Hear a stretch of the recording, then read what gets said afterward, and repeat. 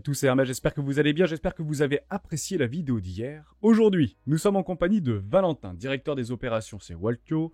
Tu es aujourd'hui avec nous pour nous emmener dans les moindres recoins de l'outil Waltio de déclaration fiscale en toute sérénité. On avait déjà fait une vidéo il y a quelques mois avec Pierre Morisot, le cofondateur et fondateur de Waltio. Si vous l'avez loupé, je vous inviterai éventuellement à aller la regarder, puisque là, on va vraiment passer en mode tuto. Je vais rappeler très rapidement quelques chiffres. Lancé en 2019, 20 collaborateurs, 50 000 utilisateurs pour 1 million de Français concernés. On avait fait d'ailleurs ce travail par rapport à l'adoption sur les crypto-monnaies que vous partagez. Ça correspond à 2% de la population française aujourd'hui par rapport au nombre d'utilisateurs vis-à-vis de Waltio, récemment lancé également en Belgique. Waltio est convaincu que le futur de la finance sera décentralisé, numérisé et tokenisé. Et nous partageons bien évidemment cette conviction. Votre mission est de faciliter la transition du système financier pour le rendre plus numérique, accessible et sans frontières. Waltio travaille jour après jour à le rendre accessible et facile au plus grand nombre. Aujourd'hui, on va donc travailler en mode tutoriel pour apporter un maximum de valeur à tous ceux qui sont confrontés au rendez-vous annuel obligatoire. Ce sera le 13 avril prochain. Et dans tous les cas, on va essayer de travailler un petit peu en mode spectateur, pas à pas, dans toute la construction et la mécanique qu'on doit avoir pour déclarer nos crypto-monnaies préférées. Valentin, on commence maintenant. Est-ce que tu pourrais te présenter en 2 minutes ? Ouais, bien sûr. Déjà, merci et bonjour à tous. Donc, je m'appelle Valentin. Aujourd'hui, je suis en charge du produit et des opérations. Ça fait un an et demi que je suis chez Waltio. On est une vingtaine de collaborateurs. Et donc, on s'est récemment lancé en Belgique, mais aussi en Espagne. Donc, voilà, petite news en plus il y a quelques semaines. Excellent. Je le rappelle également avant de commencer et que je vais te laisser la main et on a partagé ton écran et je te remercie pour ça. Il faut comprendre qu'on n'a pas passé une année formidable 2022 vis-à-vis de nos cryptoactifs et des marchés plus traditionnels. Il faut quand même comprendre quelque chose de très important, c'est qu'on a une obligation de déclaration, que ce soit pour les plus-values réalisées ou non réalisées, mais également les moins-values. Donc, ce qu'on va présenter aujourd'hui, que vous ayez fait des plus-values sur vos cryptoactifs préférés ou marché tradi, sera de toute manière d'actualité pour celles et ceux qui auront fait des moins-values. Personnellement, on l'avait dit avec Pierre, j'avais fait une toute petite plus-value vis-à-vis d'un short que j'avais pris sur les 33 000 $ ou 32 000 $ vis-à-vis de Binance et que j'avais clôturé à peu près sur les bottoms de marché, je pense très proche des 20 000 $. Et bien évidemment, je déclarais mes crypto-monnaies en bonne et due forme. Si vous avez réalisé des moins-values, je le dis, je le rappelle, cet outil est également de bonne augure et sera de toute manière obligatoire vis-à-vis des déclarations. On va poser une première question. On peut voir que Waltio propose un grand nombre d'API, etc. Je vais te laisser les présenter, Valentin. Et on rentre dans le hyper détail par rapport à, voilà, je viens de commencer, je clique sur le petit lien pour m'inscrire sur Waltio. Comment ça marche ? Je te laisse la main. Carrément. Déjà, c'est toujours intéressant de se dire, et vous en avez parlé avec Pierre la dernière fois, que Waltio, on a une offre gratuite pour toutes les personnes qui ont moins de 50 transactions par an, mais ça vous permet aussi de tester l'outil vraiment gratuitement. Vous ajoutez simplement un compte, quelques transactions, et vous pouvez voir comment fonctionne l'outil de A à Z avant de se dire, OK, l'outil me correspond, et donc je vais payer l'outil. Donc là, j'ai cliqué sur j'essaie gratuitement, comme si j'étais un nouvel utilisateur, et je vais m'inscrire comme si j'étais un nouvel utilisateur. Une fois qu'on s'est inscrit, on arrive sur l'onboarding en fait, qui va vous permettre de choisir votre résidence fiscale et aussi la langue que vous parlez. Donc, par exemple, nous, automatiquement, on identifie qu'on est en France et que vous utilisez dans votre navigateur la langue français. Mais vous pouvez aussi, évidemment, changer, pareil, sur votre déclaration fiscale. Aujourd'hui, Belgique, Espagne ou France. Donc, nous, on va rester sur la France. Il est aussi intéressant de renseigner son département. Alors, c'est pas obligatoire dans le cadre de la déclaration, mais c'est toujours un petit plus qui va nous permettre de vous communiquer les bonnes informations. Par exemple, la déclaration fiscale commence le 13 avril en 2023, mais elle se termine sur 3 dates différentes en fonction de la zone de déclaration dans laquelle vous êtes. Donc, par exemple, ça peut aller jusqu'au 8 juin. Donc, si vous êtes à Paris, votre date de fin de déclaration, c'est le 8 juin. Donc, le fait de renseigner votre département pourra vous envoyer les bonnes informations. Attention, il vous reste que 3 jours, 4 jours, 15 jours pour déclarer. Vous pouvez aussi renseigner un code parrainage. Alors, dans le cadre de cette vidéo, d'ailleurs, on aura un petit code de réduction à vous faire passer tout à l'heure. Ce code de réduction sera renseigné lors du paiement. On y reviendra tout à l'heure. Le code de parrainage est un code que peut vous donner un de vos amis qui utilise déjà Waltio. Et ça va vous permettre de gagner 15 € et votre ami gagnera aussi 15 €. Donc là, c'est ici à cet endroit qu'il faut le renseigner. Si jamais vous avez des doutes, comme à partout sur Waltio, vous avez toujours des petits i pour ouvrir les tutos et avoir plus d'informations. D'accord, et donc là, les codes réduction et les codes parrainage sont cumulables chez Waltio. Aujourd'hui, ils sont pas cumulables. Ah, d'accord. Ils sont pas cumulables, c'est-à-dire que si vous venez de la part d'un créateur de contenu, vous profitez de la réduction de la part du créateur de contenu. Et si vous venez de la part d'un ami, vous profitez de la réduction de la part de votre ami. Ce qui est intéressant par contre, c'est que ce que vous cumulez grâce à la cagnotte dans les codes parrainage, ça se cumule à vie et c'est utilisable à vie. Donc, par exemple, la première année, vous allez utiliser le code de réduction de votre créateur de contenu, des rois du Bitcoin. Et l'année prochaine, vous utiliserez les 15 euros ou même 30, 45 euros si vous avez parrainé plusieurs amis pour votre prochain paiement. Ah, excellent. Bon, sachant que c'est un peu plus intéressant d'avoir le code au niveau des créateurs de contenu, c'est un tout petit peu plus intéressant que directement de se faire parrainer. Mais Carrément. si vous voulez parrainer un de vos amis, hein, par exemple, ou membre de votre famille, ça peut être très intéressant de passer directement par votre code parrainage. Aucun problème avec ça. Carrément. Et n'hésitez pas à faire les deux. Comme ça, cette année, vous avez la réduction avec les rois du Bitcoin et l'année prochaine, vous avez la réduction avec vos amis. Ça les conserve de toute façon, en fait. Super. Hop, donc j'accepte de recevoir des mails dans un but informatif. Voilà, ça nous permet pareil de vous communiquer les bonnes infos, des fois des codes promotionnels exceptionnels, nos livres blancs, nos webinars. Donc là, on accède à Walcho. Évidemment, on arrive sur l'interface principale. On a mis en place un petit onboarding pour vous expliquer de A à Z comment fonctionne l'outil. Bon, aujourd'hui, on va le passer parce que c'est moi qui vais le faire. C'est quand même plus sympa. Mais sinon, la prochaine fois, quand vous inscrivez, n'hésitez pas à le refaire par vous-même. Donc là, on arrive sur la page principale qui est la page d'ajout de compte. Aujourd'hui, sur Walton, on supporte plus de 200 plateformes. Donc, vous pouvez les voir, elles sont toutes là. On en ajoute très régulièrement toutes les semaines. Ce qu'on va faire, c'est que on va faire comme si on était un utilisateur qui voulait ajouter, par exemple, une adresse Ethereum via son wallet MetaMask. Donc, par exemple, je tape MetaMask. J'ai directement accès à toutes les blockchains qui sont supportées par Waltio, mais aussi présentes sur MetaMask. Donc, par exemple, je tape Ether. Donc, on voit par exemple qu'on a déjà, par exemple qu'on a ZK5. Alors là, c'est ZK5 Lite. On va supporter ERA bientôt. Alors, dans le cas de cette déclaration fiscale, c'est pas forcément intéressant parce que les transactions sur ERA sont que en 2023. Donc, vous tapez Ethereum, clé API ou adresse. Un truc sympa qu'on a mis en place, c'est les name service. Peut-être que certains d'entre vous connaissent typiquement tout ce qui va être ENS, Ethereum Name Service. Mais on le supporte aussi sur tout l'écosystème Polkadot, Atom, même Elrond, enfin Multiver X maintenant. Donc, vous tapez votre ENS. Donc, nous, par exemple, getwalto.eth. Automatiquement, on va récupérer l'adresse qui est associée à cette ENS.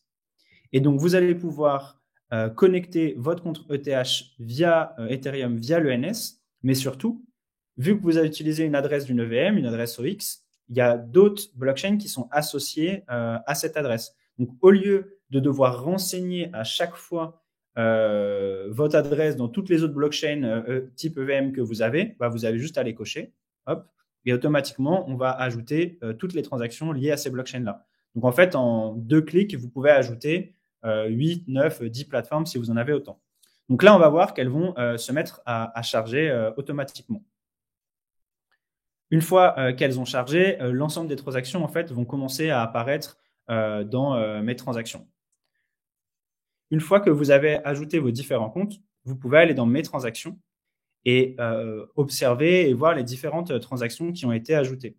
Donc, dans les transactions, quand vous cliquez sur la transaction, vous avez accès à un petit panel sur la droite qui vous permet de voir le montant reçu, la date, avoir des détails sur la transaction, un lien directement dans l'Explorer quand c'est une transaction on-chain, les prix qui ont été récupérés sur les différents agrégateurs, ce genre d'informations. Et vous pouvez aussi appliquer des labels à la transaction. Les labels, on y reviendra juste après. Ils permettent de donner une interprétation fiscale à la transaction.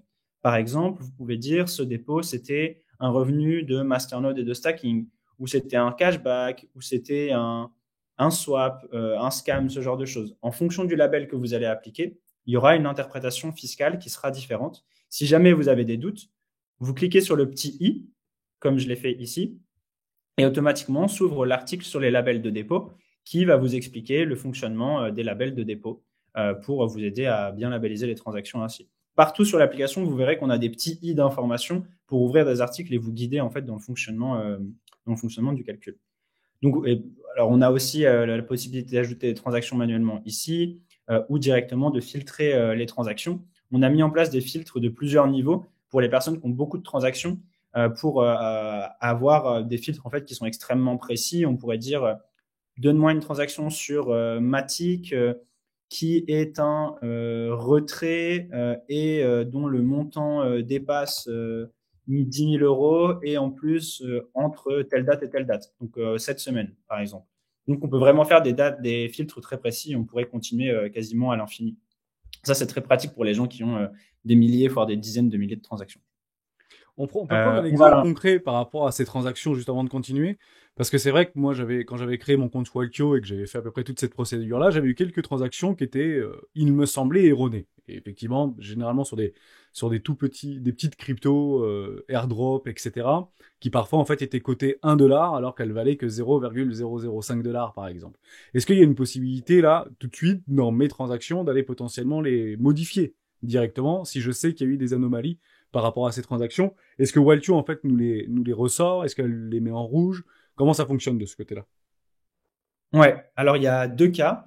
Au niveau, donc là, c'était un problème de prix dont tu parlais. Soit on va récupérer zéro prix, pas du tout le prix. Tu reçois un jeton qui s'appelle XYZ et nous, on récupère pas le prix. Donc là, il faut le renseigner.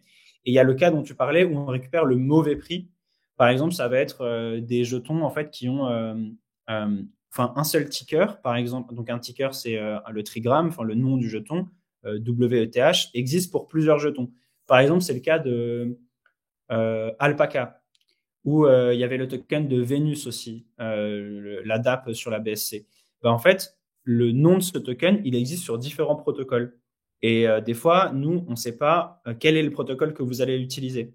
Du coup, on va récupérer le prix de peut-être le mauvais jeton que vous avez utilisé. Donc ça, c'est des améliorations qu'on va faire aussi en utilisant, par exemple, directement les adresses des smart contracts ou les adresses des tokens on-chain pour pouvoir récupérer le bon prix. C'est des améliorations qu'on va faire au fur et à mesure.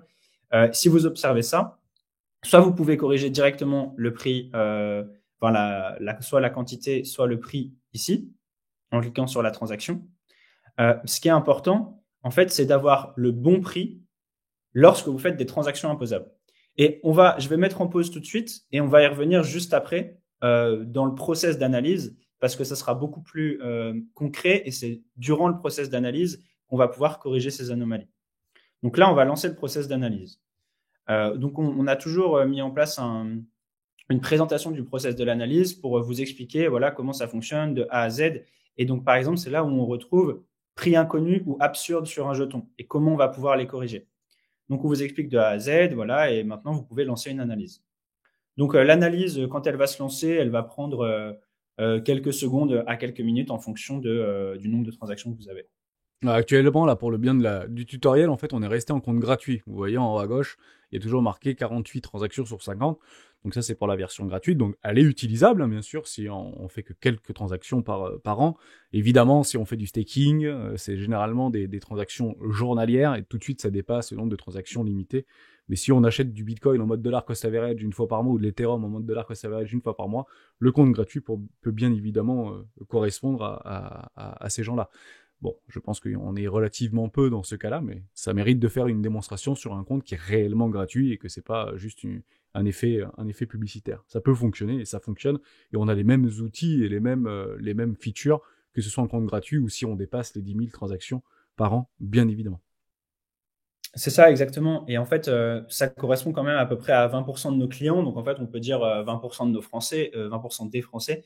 On a quand même un échantillon de clients assez suffisant pour faire des projections comme ça. Donc, 20%, c'est quand même pas rien.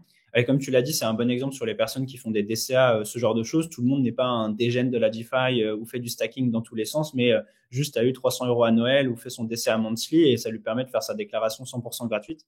Donc là, on arrive sur la partie correction des transactions imposables. Donc là, on voit les 3 transactions imposables qui ont été faites sur ce compte. Donc là, il y a un retrait en février, un autre en février et un retrait un trade en octobre 2022. Donc ça, ces retraits, en fait, c'est des retraits pour lesquels le label paiement a été appliqué.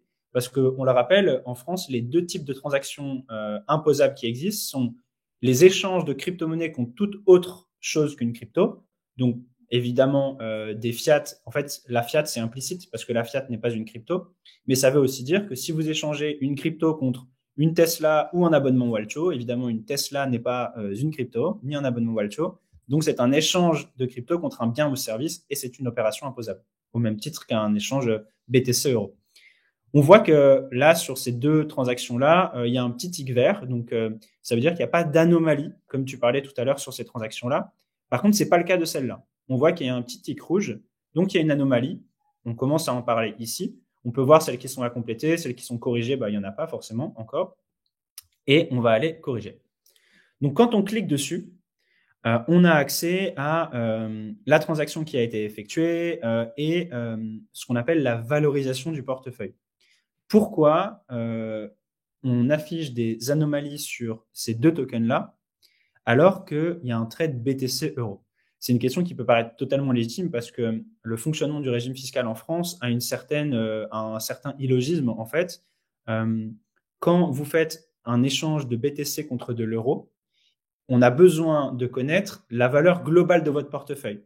C'est-à-dire, quand vous avez échangé 6 000 euros, quelle était la part de ces 6 000 euros sur votre portefeuille total et par rapport aussi à votre portefeuille total, quelle était la part de l'argent que vous aviez investi. La formule fonctionne comme ça. Donc, si vous avez deux tokens pour lesquels on ne connaît pas le prix, on va vous dire, attention, on a besoin de connaître ce prix pour bien valoriser votre portefeuille et donc pour bien faire votre calcul de plus-value. Donc là, en l'occurrence, ces deux jetons sont des scams tokens. Si vous ne savez pas trop comment traiter les jetons, voilà, vous pouvez cliquer sur en savoir plus. On va vous ouvrir un article, comme discuté tout à l'heure, pour vous expliquer qu'est-ce que c'est les prix à renseigner, comment on les corrige, ce genre de choses. On a mis en place un indice de confiance aussi pour vous guider dans le fait que ce jeton soit un scam ou non. En l'occurrence, moi, je sais que ces jetons sont des scams. Du coup, je vais ajouter ce token au jeton sans valeur. Automatiquement, ce jeton sera ajouté à tous mes jetons sans valeur. C'est-à-dire que si j'ai d'autres transactions où ce token était présent dans mon portefeuille, automatiquement, j'aurais plus besoin de dire que c'est un scam parce que je l'ai dit à l'échelle de tout mon portefeuille. Pareil pour celui-là. Alors, je pourrais mettre un prix. D'ailleurs, je pourrais mettre que celui-là, il vaut 10 euros. On va l'enregistrer. Donc là, c'est bon. On peut directement aller générer mon rapport. Ou si je reviens, je fais un retour, on voit que la transaction est bien passée en verte et donc elle a bien été corrigée. On va passer sur la deuxième étape qui est la classification des retraits. En fait, quand vous avez effectué des retraits, il faut toujours leur appliquer un label. Pourquoi il faut leur appliquer un label? Parce qu'un retrait doit toujours, c'est ce qu'on marque ici, soit être associé avec un dépôt, soit être labellisé de la ou les bonnes façons. En gros, si vous faites un retrait, il y a plusieurs raisons. Soit c'était pour l'envoyer sur un autre compte à vous. Par exemple, vous retirez un Ether de Binance pour le déposer sur votre wallet Ethereum. Nous, automatiquement, on a un algorithme de matching qui va permettre de retracer ce lien entre vos différentes plateformes. Dans certains cas, cet algorithme de matching peut ne pas fonctionner. Du coup, ou volontairement, on va décider de ne pas le faire fonctionner parce qu'on n'est pas sûr à 1000% que ces transactions vont ensemble. Du coup, on va vous demander soit de les matcher ensemble, c'est-à-dire de dire oui, ces transactions vont bien ensemble. Par exemple, c'est le cas de ces deux transactions-là. On voit un retrait de Binance et un dépôt sur Coinbase. Donc, vous cliquez sur retrait, vous cliquez sur dépôt et vous faites associer. Automatiquement, ces transactions vont être associées. On le voit ici, si jamais vous étiez trompé, vous pouvez les dissocier. Et en fait, ça va dire à Walcho, c'est bien un transfert de la quantité d'Ether, 0,33 je crois, de mon Binance à mon Coinbase. Donc là, je crois en l'occurrence qu'il y en avait une autre. Voilà, le 0,2 ici, pareil, j'associe, très bien. On voit qu'il y en a encore 12 retraits à catégoriser. Donc là, c'est sur des wallets Ethereum, c'est voilà, Coinbase, etc. Sur des wallets, en général, ça peut être beaucoup lié à de la DeFi parce que vous avez fait un retrait en direction d'une pool de liquidité pour faire du stacking, ce genre de choses. Et donc, pareil, il faut bien dire que ce retrait correspond à une mise en liquidité ou de stacking. Donc, par exemple, on se dit, OK, tout cela... donc, pareil, vous pouvez cliquer sur la transaction si vous vous en souvenez pas exactement pour voir à quoi ça correspond et pour même avoir un lien dans Etherscan pour aller voir qu'effectivement, c'était bien une mise en liquidité. Donc, OK, tout cela, c'était c'était par exemple un ajout de liquidité. Hop, donc là, le label ajout de liquidité va bien être appliqué. Hop, maintenant, sur celle-là, je vais ajouter que c'était des frais. Donc là, les 7 transactions ont bien été modifiées. Il en reste 5 et on va dire que c'est ces 5-là. Hop, et donc celle-là, c'était par exemple... alors là, pour la simplicité, des participations à des ICO. Donc, ça sera quand même assez rare que vous ayez 5 participations à une ICO d'affilée, quoique. Mais en tout cas, on peut les modifier de cette sorte-là. Juste avant, j'ai Et vu automatiquement. donation, par exemple. C'est vrai que dans la communauté des bras, on fait beaucoup Ouais. de giveaways, on double les bonus, que ce soit sur des échangeurs, Swissborg, Bybit, etc. Comment on les cartographie directement depuis Walcho? Je reçois, moi, je vais dire une bêtise, je suis membre du Discord et je reçois 100 euros, par exemple, ou 100 USDT en donation. Donc moi, j'envoie, donc c'est une donation que je fais à un user ou à un membre du Discord. Et lui, comment en fait il le catégorise directement dans Walcho? Est-ce que ça rentre directement dans sa fiscalité? Est-ce que logiquement non, puisque c'est considéré comme un cadeau, peut-être inférieur à 100 euros? Il y a des règles fiscales qui sont particulières, etc. Comment on arrive à les cartographier? Comment en fait on peut potentiellement les sortir de la fiscalité, c'est pas considéré comme un dépôt, c'est considéré comme un cadeau. Comment ça fonctionne de ce côté-là? Ouais. Alors du coup, là, on mélange plusieurs fiscalités. On va mélanger la fiscalité sur les actifs numériques, donc sur la crypto, quoi. Et on va mélanger la fiscalité sur la donation. Donc, quand vous faites une donation, que ça soit en euros ou en crypto, il y a une fiscalité particulière. Ce qui est intéressant, c'est que dans Walcho, d'ailleurs, on peut aller voir directement. Hein.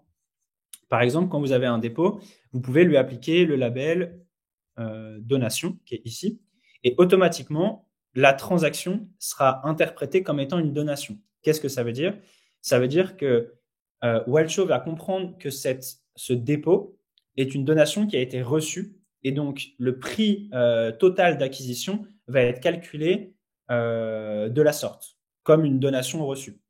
Quand vous faites une donation, donc ça va être plutôt en général un retrait de votre compte, parce que vous retirez de votre compte pour envoyer à votre ami, par exemple. Donc un retrait, vous pouvez lui appliquer le label donation aussi. Et donc pareil, la fiscalité sur les actifs numériques va être appliquée de la sorte avec un recalcul de votre prix d'acquisition. Ce qui est important de noter, c'est que appliquer ces labels n'est pas faire une donation ou recevoir une donation n'est pas une transaction imposable au sens du régime fiscal sur actifs numériques, donc sur les cryptos. Par contre, faire une donation peut, dans certains cas, souvent dans les cas, être soumis à de l'imposition. Et donc, il y a toujours une différence. Alors, moi, je suis pas fiscaliste, mais il y a toujours une différence entre ce qui va être le cadeau et ce qui va être vraiment de la donation. Souvent, cette différence, elle se joue sur le montant envoyé par rapport aux revenus et au mode de vie de la personne. Est-ce que ce montant envoyé va changer la vie de la personne? Typiquement, vous gagnez 30 000 euros par an. Si je vous envoie 100 euros, bon, bah, ça va pas changer votre vie, quoi. Donc, ça va plus s'apparenter à du cadeau. Par contre, si je vous envoie 10, 50, 100 000 euros, là, clairement, ça va avoir un impact sur votre rythme de vie. Du coup, ça va être plutôt apparenté à un don. Et donc là, il y a une fiscalité associée, loi Sarkozy, etc. Si vous êtes parent, enfant, ami, pas lien de parenté, ce genre de choses. Donc, si vous êtes dans cette situation-là, référez-vous à la fiscalité sur la donation. Non, on avait d'ailleurs posé cette question avec Pierre sur la vidéo précédente qu'on avait fait avec Walcho. J'avais parlé du don Sarkozy jusqu'à 10 000 euros, et puis d'autres membres du Discord m'avaient dit non, il y a une nouvelle loi qui est passée vis-à-vis de François Hollande, et ça va jusqu'à 30 000 euros par an et par personne.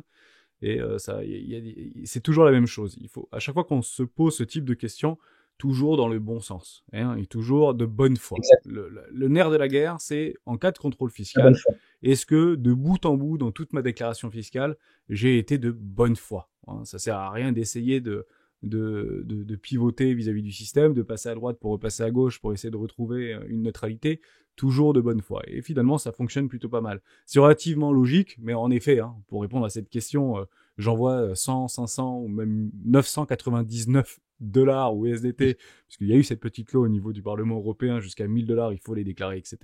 Donc jusqu'à 900, 999 USDT ou euros, généralement, ça peut passer sous le régime directement du cadeau, si ce n'est pas bien évidemment répétitif, hein, parce que sinon ça peut être considéré comme une forme de rémunération déguisée. Faites attention par rapport à ça. Mais toujours de bonne foi et toujours de bon sens. Et Walcho le prend en charge sans problème avec le libellé donation. Et ça d'ailleurs c'est super important. Je l'ai fait personnellement. Ça m'a pris un tout petit peu de temps parce que j'avais beaucoup de transactions, mais j'ai mis un libellé sur toutes les transactions. Et c'est vrai que le visage de ma fiscalité n'était pas la même à la fin. Tu m'étonnes. Parce qu'on a fait beaucoup de giveaways, on a fait beaucoup de donations, on a fait beaucoup de trucs comme ça, sur des tout petits montants, mais Ouais. ça joue tout de même, bien évidemment. Totalement. Et en fait, c'est sûr que quand on est une figure plus ou moins publique, ou en tout cas quand on crée du contenu autour de la crypto et là, par exemple, de la fiscalité, ça va être difficile si jamais tu prends un contrôle fiscal de justifier au fisc que tu n'étais pas du tout en connaissance du fonctionnement du régime, du calcul de plus-value, etc. Alors, tu peux faire des erreurs parce que tu n'es pas non plus fiscaliste, c'est évident. Mais encore une fois, c'est cette preuve de bonne foi qui va dire, bah, par exemple, d'ailleurs, on va en parler juste après, j'ai utilisé un logiciel comme Waltio, j'ai suivi leurs recommandations. Je vous fournis un des documents qui est fourni par Waltio qui s'appelle le Grand Livre, qui justifie toutes mes transactions, les efforts de labellisation que j'ai fait, les descriptions que j'ai mis sur les transactions, du genre, ce retrait de 100 USDT était un don le 24 décembre lors d'un giveaway à ma communauté. Bon, bah, si tu en as loupé un ou deux ou s'il y a un petit trou par-ci par-là, c'est pas grave parce que le fisc a très bien conscience que déjà personne n'est infaillible et qu'on essaye toujours de faire au mieux. Donc ça, c'est le plus important. Et par exemple, c'est aussi cette preuve de bonne foi existe aussi dans mon cas. Moi, je travaille chez Waltio, je développe le produit Waltio. Ça va être compliqué de justifier si je prends un contrôle fiscal que je ne sais pas comment fonctionne le calcul de plus-value et que j'ai oublié de déclarer l'ensemble de mes comptes ou de mes plus-values. Nous, on est les premières personnes, autant les créateurs de contenu que les gens qui développent des produits, qui vont être sujets au contrôle fiscal sur cette thématique. Donc, on essaie d'être le plus carré aussi, ça c'est sûr. Et un des trucs qui est intéressant aussi, c'est d'ailleurs, il y a des chefs d'entreprise qui nous écoutent, hein, pas forcément dans le secteur de la crypto.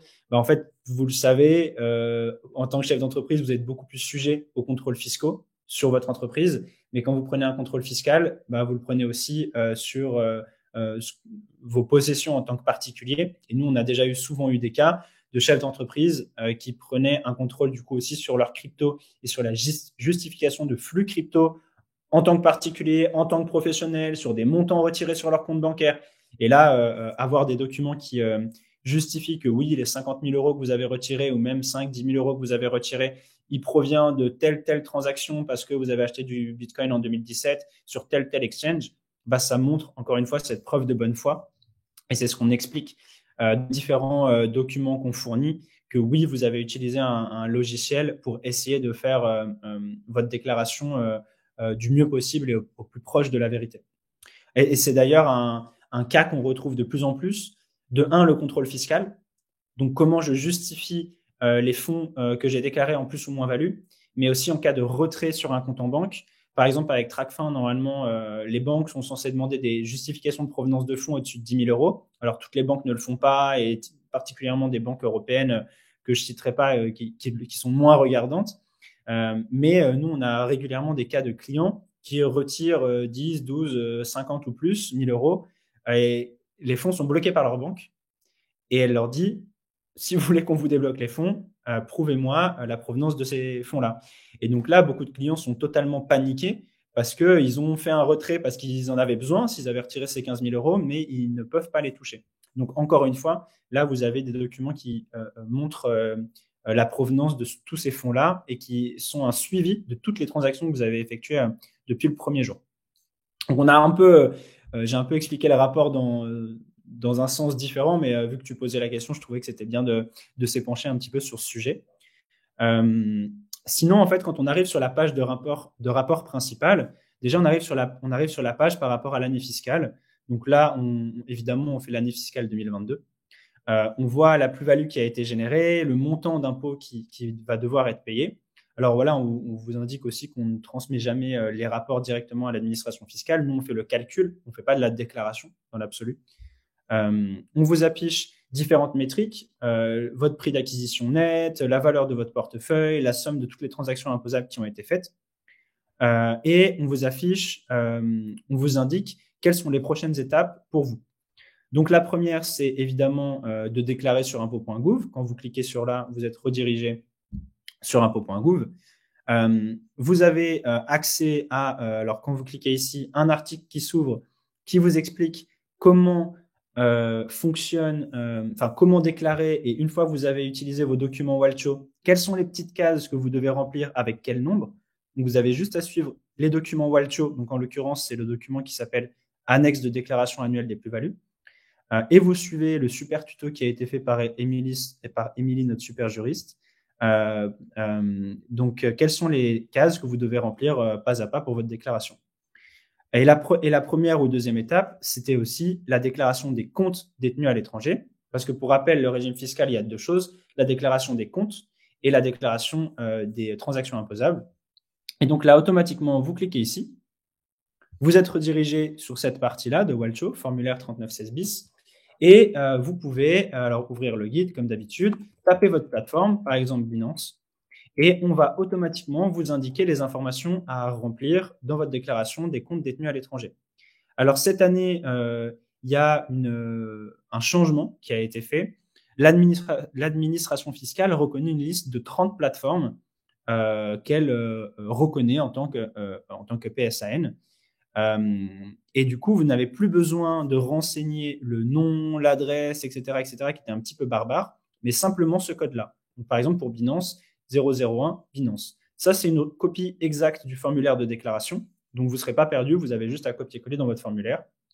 Si jamais l'administration fiscale ne reconnaît pas encore certaines de ces plateformes, par exemple, voilà, c'est le cas d'Ascendex, vous devez toujours renseigner le nom, adresse et URL de son site. Mais déjà, ce formulaire est simplifié par rapport à l'an dernier. Et le fait que l'administration reconnaisse 30 plateformes, ça simplifie aussi vachement la déclaration des clients.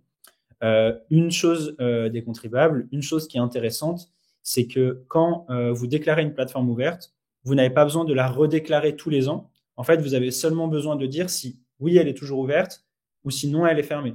Donc, si elle est toujours ouverte, vous avez juste à dire oui, elle est toujours ouverte. Si elle est fermée, vous devez indiquer la plateforme comme clôturée et renseigner la date de clôture. Et après, vous n'aurez plus jamais besoin de la redéclarer. Donc voilà, c'était aussi les dernières informations sur les évolutions, non pas du régime fiscal, mais des modalités déclaratives. Et on voit que l'administration se prend aussi le sujet à bras-le-corps pour essayer de simplifier la vie aux contribuables. Excellent, merci pour ça. Il y a 2 questions de membres, et après ça me donnera peut-être 2-3 questions pour clôturer cette vidéo, et je t'en remercierai infiniment Valentin. Question de Déconne, salut Hermès, avec Walcho, peut-on prendre l'exemple d'une personne qui mine ses cryptos? Je veux dire par là la personne qui n'a jamais déposé de cash sur son compte bancaire, depuis son compte bancaire. En somme, j'ai acheté en 2017 ou en 2016 des machines de mining, j'ai miné du Chili, j'ai miné de l'ETH, j'ai miné du Bitcoin pendant X temps, donc j'ai quelques machines. Grosso modo, ça m'a rapporté 3 000 euros, et aujourd'hui, les 3 000 euros, elles se sont peut-être transformées en 250 000 euros. Comment ça se passe au niveau de la fiscalité? Alors, bien évidemment, j'ai recommandé de se rapprocher d'un juriste et d'un avocat fiscaliste par rapport à ça, mais est-ce que dans l'absolu, il y a Walcho qui pourrait voir ce type de transactions et pourrait potentiellement les traduire? Alors, première chose, c'est que le régime fiscal des particuliers, quand il a été défini dans l'article 150 VH bis du Code général des impôts, loi Pacte 1er janvier 2019, il prenait en compte simplement les échanges. Alors, les deux transactions imposables dont on parlait tout à l'heure, donc échange biens-services ou crypto-euro, crypto-fiat, pour simplifier.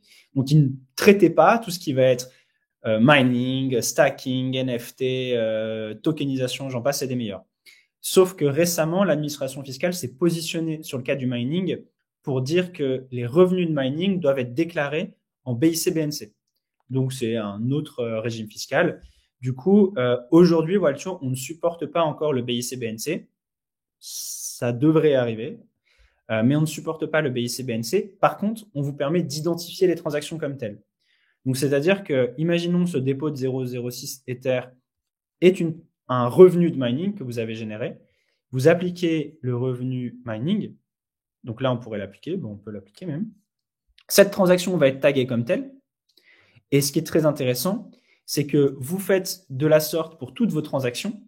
Et après, soit vous pouvez exporter vos transactions taguées mining, soit une fois que vous faites votre analyse, vous avez un registre de toutes vos transactions qui ont été taguées mining avec le label mining. Et du coup, ça vous permet de bien faire votre déclaration en BIC-BNC et de sommer l'ensemble des revenus de mining pour bien les déclarer. Donc, vous pourrez dire, j'ai eu 72 plus, disons, 73, blablabla. À la fin de l'année, j'ai gagné 1000 euros en mining.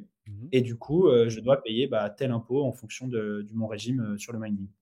Ça me fait penser à quelque chose, je sais plus quel membre du Discord nous avait dit ça, mais c'est vrai que je vais peut-être dire une bêtise, mais est-ce que ça voudrait dire que l'intégralité des mineurs sont considérés comme des professionnels en France, en somme?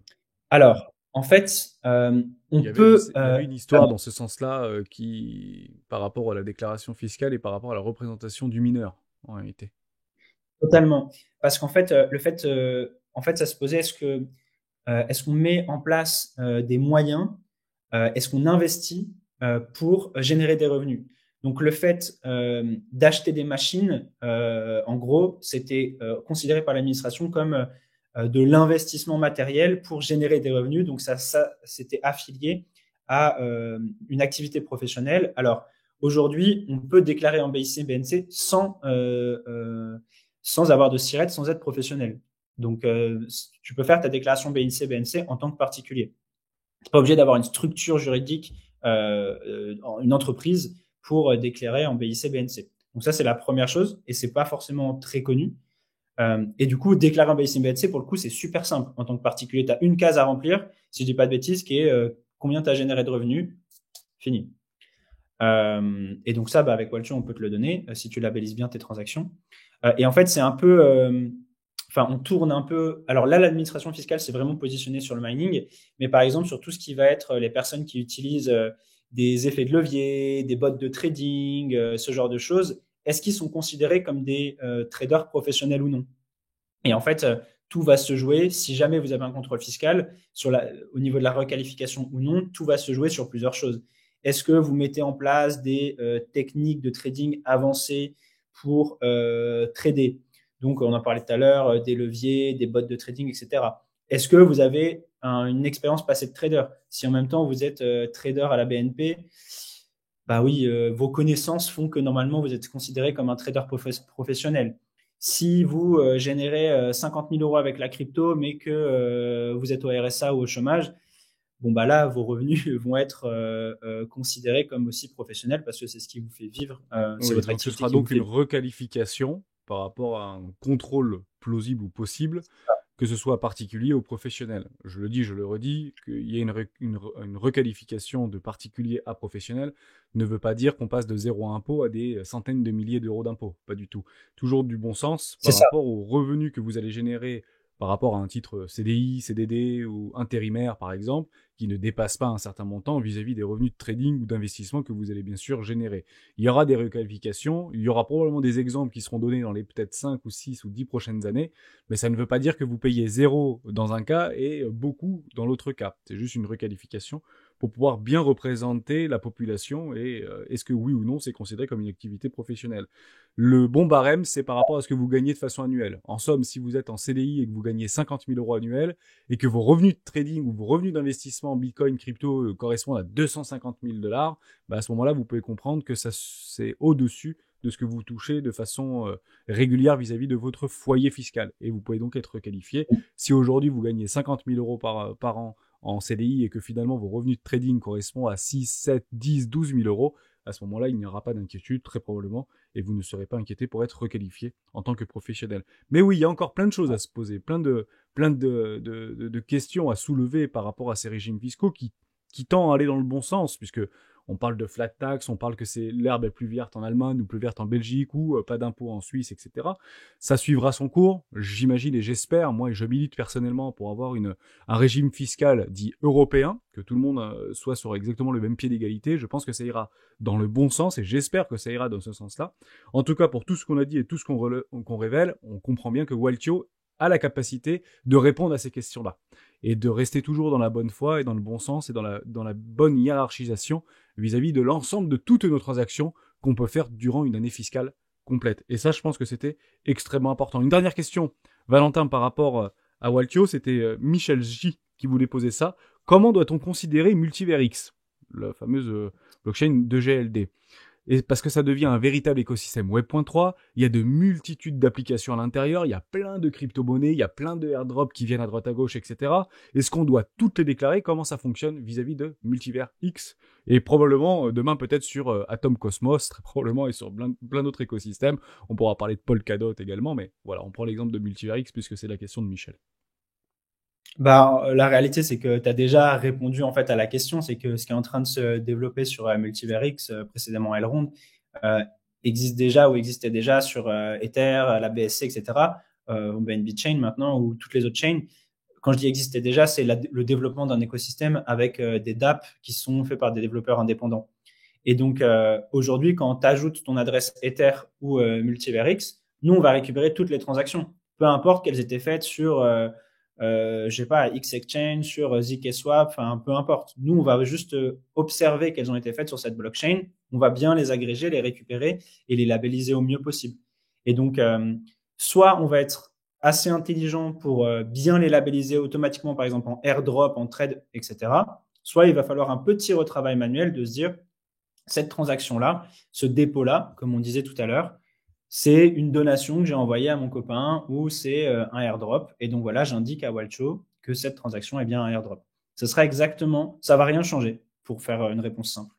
Formidable. Est-ce que tu veux ajouter quelque chose, Valentin, ou est-ce qu'on s'arrête ici par rapport à ce tutoriel rapide? On essaie d'apporter un maximum de valeur. C'est surtout pour expliquer que ça peut être vite compliqué de travailler sur un tableau Excel ou un Google Sheet.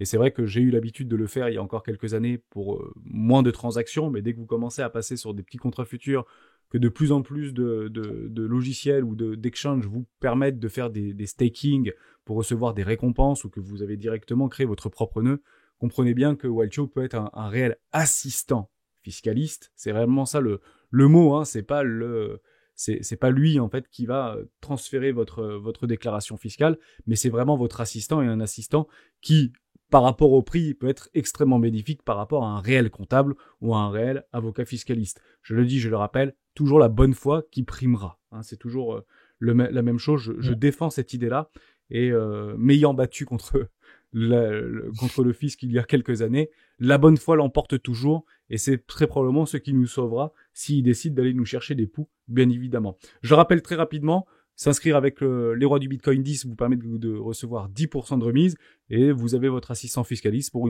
150 € par an actuellement, ou version gratuite si vous faites bien évidemment moins de 50 transactions par an. Code parrainage non cumulable la première année, mais vous pouvez vous après aller chercher du parrainage et pour pouvoir recevoir, il me semble-t-il, une quinzaine d'euros que vous pourrez cumuler pour vos prochaines factures Waltio. Valentin, si tu souhaites récupérer quelque chose ou ajouter quelque chose, n'hésite pas et on clôturera là-dessus.